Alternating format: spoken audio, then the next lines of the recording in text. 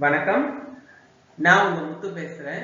I welcome you to our channel MP Technologies.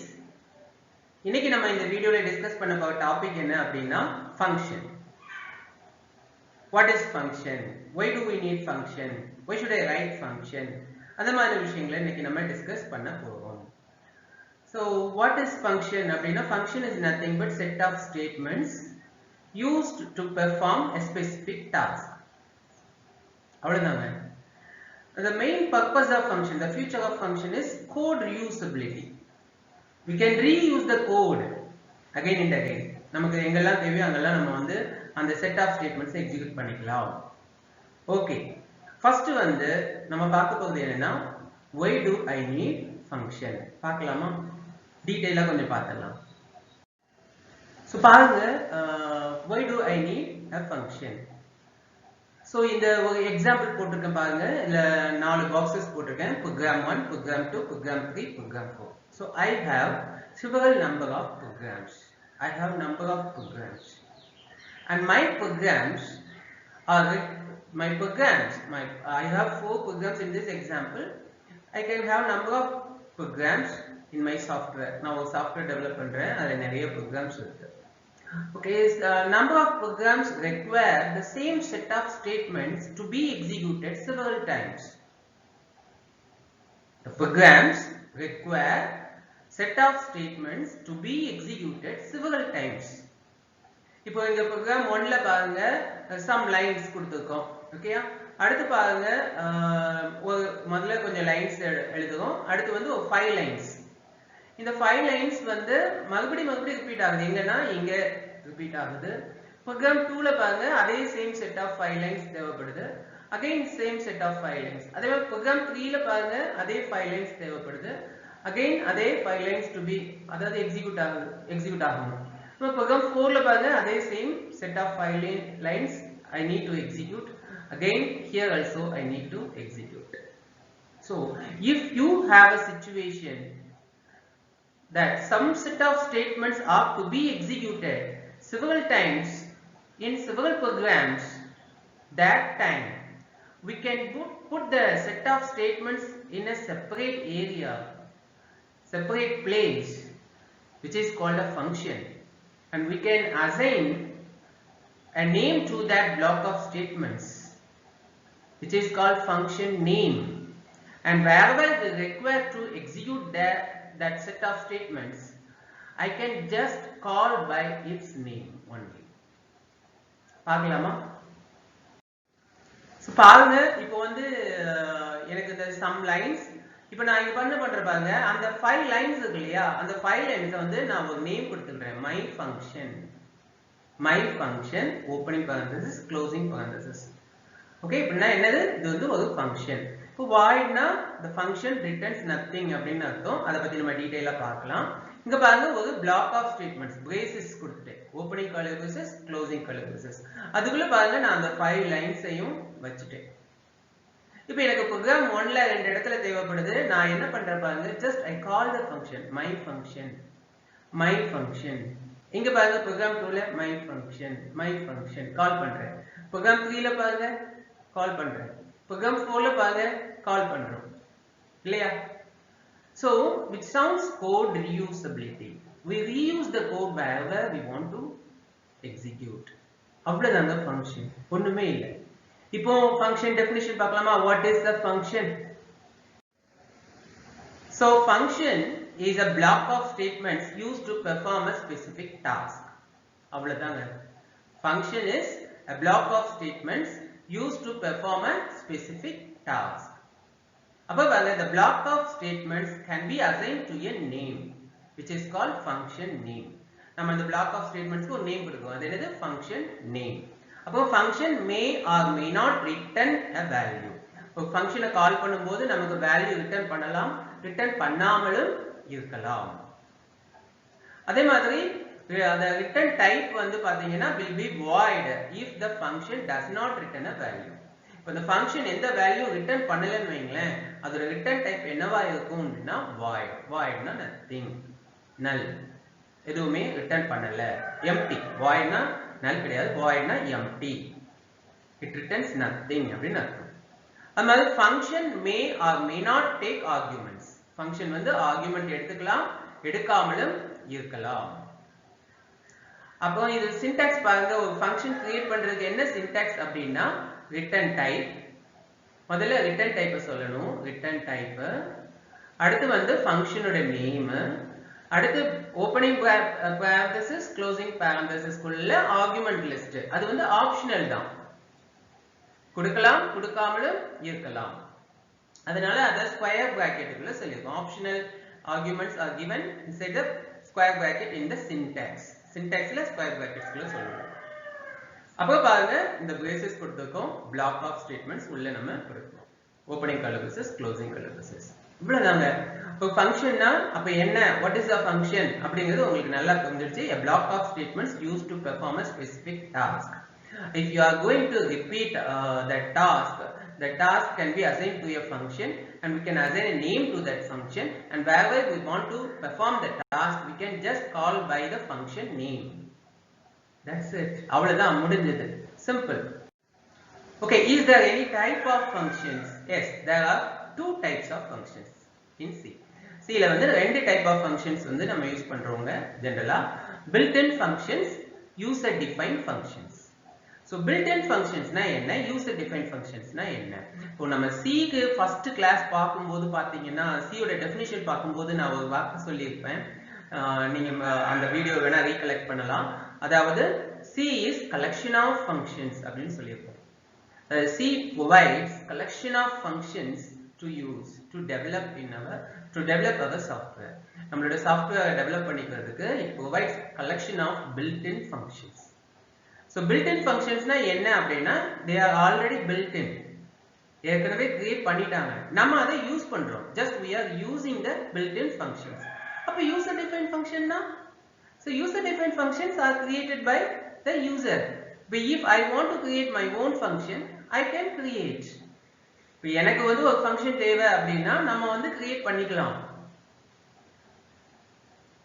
இப்போ எனக்கு வந்து எக்ஸாம்பிளுக்கு வந்து இப்போ CLR SCR அது ஒரு built-in function, printf அது வந்து ஒரு built-in function. இப்போ நானே அதே மாதிரி ஒரு ஃபங்க்ஷன் கிரியேட் பண்ண முடியுமா, தாராளமா பண்ணலாங்க, அத user defined function.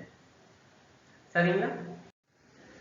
பாருங்க, built-in functions are already built in C and C provides thousands of built-in functions.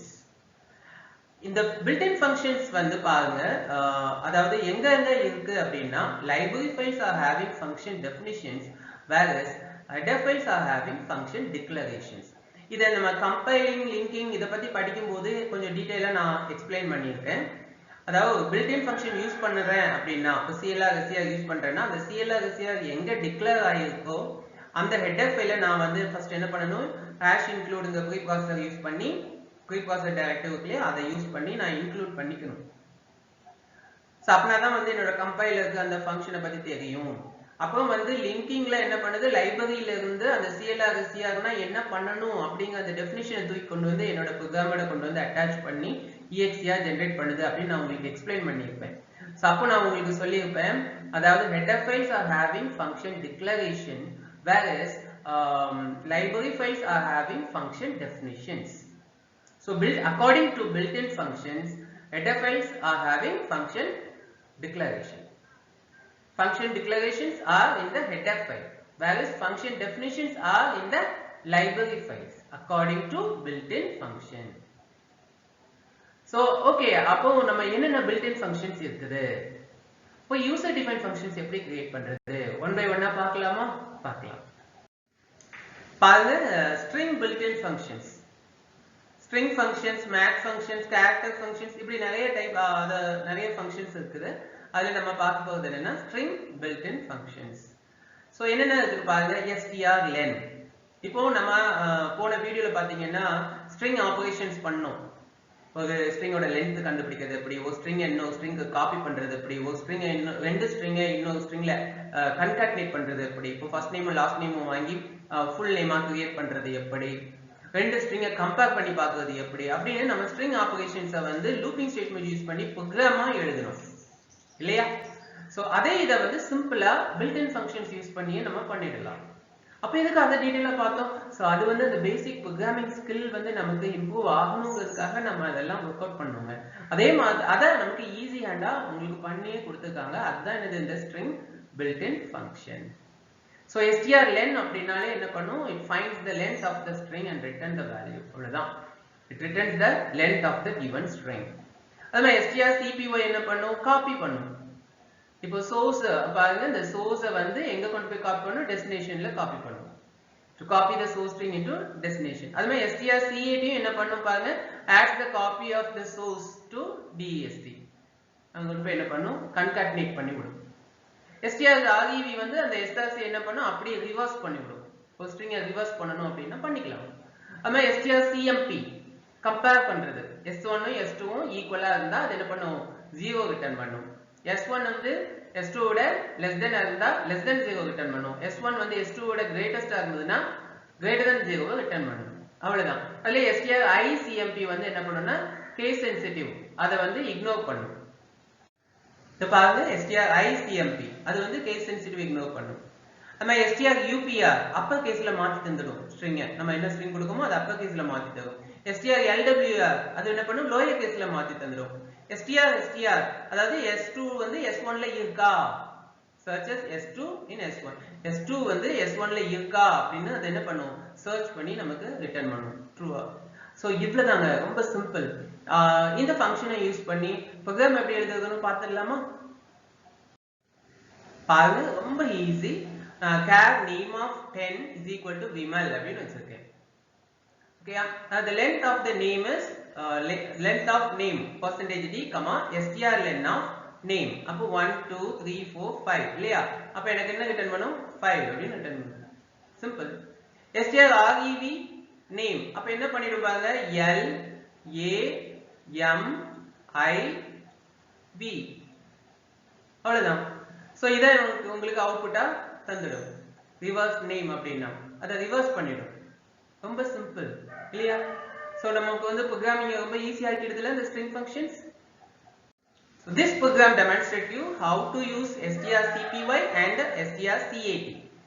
strcpy அத காப்பி பண்றது, concatenate பண்றது எப்படி அப்படிங்கறது இந்த ப்ரோகிராம்ல பார்த்தறலாம். பாருங்க, ரொம்ப சிம்பிள் தான். நம்ம போன வீடியோல நம்ம வந்து ஃபர்ஸ்ட் நேம் லாஸ்ட் நேம் வாங்கி ஃபுல் நேம் கிரியேட் பண்ணோம் இல்லையா? சோ அதே ப்ராசஸை ரொம்ப சிம்பிளா ஈஸியா பண்றோம் பாருங்க. f name of 15, l name of 10, full name of 25 னு கேரக்டர் வேரியபிள்ஸ் கிரியேட் பண்ணிக்கிட்டேன். enter first name வாங்கியாச்சு, enter second name last name வாங்கியாச்சு, enter first name enter last name, f name ல l name வாங்கியாச்சு. ரொம்ப சிம்பிளா பண்ணிடுறோம் பாருங்க. strcpy full name f name, அதாவது f name வந்து full name க்கு காப்பி பண்றோம். சப்போஸ் full nameல இப்போ வந்து அந்த first name இருக்கும். இப்போ டாம் னு கொடுத்துக்கன்னு வெச்சுக்கோங்களேன். இப்போ டாம் வந்து full nameல இருக்கும். அப்போ பாருங்க strcat என்ன பண்ணும்? அப்பன் பண்ணும், ஆட் பண்ணும். இப்போ நான் வந்து ஒரு ஸ்பேஸ வந்து என்ன பண்றேன்? ஆட் பண்றேன். ஒரு ஸ்பேஸ full nameல ஆட் பண்றேன். அப்போ full nameல இப்போ என்ன இருக்கும்? Tom space. ஆல்ரெடி டாம் இருக்கு, அதோட அப்பன் தான் பண்ணும் strcat. அப்போ டாம் ஸ்பேஸ் இருக்கும். அப்போ பாருங்க strcat full name l name. இப்போ l nameல என்னது? கென்னடி கொடுத்திருக்கோம். அப்ப என்ன பண்ணுது பாருங்க, கென்னடியை கொண்டு போய் ஆட் பண்ணுது full name ஓட. அப்ப full nameல ஆல்ரெடி என்ன இருக்கு? Tom space. இப்போ கென்னடியும் ஆட் ஆகும். அப்ப டாம் ஸ்பேஸ் கென்னடி. இப்போ நம்ம full name அப்படினு சொல்லிட்டு full name பாயிண்ட் பண்ணிட்டோம். அந்த பாருங்க டாம் கென்னடி பாயிண்ட் ஆயிடுச்சா? ஈஸியா பண்ணிட்டோமா? எஸ். அடுத்து பாருங்க ஸ்ட்ரிங் கம்பேரிசன். இந்த ஸ்ட்ரிங் கம்பேரிசனுக்கு போன வீடியோல வந்து நம்ம ஸ்ட்ரிங் ஆபரேஷன் ப்ரோகிராம்ல பாக்கும்போது கொஞ்சம் ஃபார் லூப்லாம் போட்டு பண்ணோம். இப்போ பாருங்க ரொம்ப சிம்பிளா ஈஸியா பண்ணிட போறோம். str1 of 15, str2 of 15 வாங்கியாச்சு. str1 லயும் str2 லயும் வாங்கியாச்சு. enter string str1, enter string 2 str2 ல வாங்கியாச்சு. இங்க பாருங்க கம்பேர் பண்றது if strcmp of str1, str2. அவ்வளவுதான். ரெண்டையும் கம்பேர் பண்ணி equal to 0 கொடுத்ததுன்னா என்ன meaning? both are equal. both strings are equal. இல்லனா both strings are not equal. Easy. அப்பேங்க அந்த ப்ரோகிராம் பார்த்தோம். நோ அப்படி நினைக்காதீங்க. ஏன்னா அந்த ப்ரோகிராம்ஸ் வந்து நம்மளோட பேசிக் ப்ரோகிராமிங் அபிலிட்டியை வந்து இம்ப்ரூவ் பண்ணும். சோ அதை நம்ம ஒழுங்கா ஒர்க் பண்ணும்போது நமக்கு பேசிக்கலா ஒரு ஃபார் எப்படி அந்த ஃப்ளூயன்சி கிடைக்குங்க. சோ இதை டைரக்டா நம்ம பண்ணிட்டோம் அப்படின்னா அந்த ஒர்க் அவுட்லாம் எப்படி நடக்குதுங்கிறதே தெரியாம போயிடும். ஸோ அதனால தான் நம்ம அதை படிச்சுட்டு இங்க வரோம். ஸோ அதனால நீங்க வந்து அது எதுக்கு தேவையில்லையோ அப்படின்னு தயவு செய்து நினைக்காதீங்க.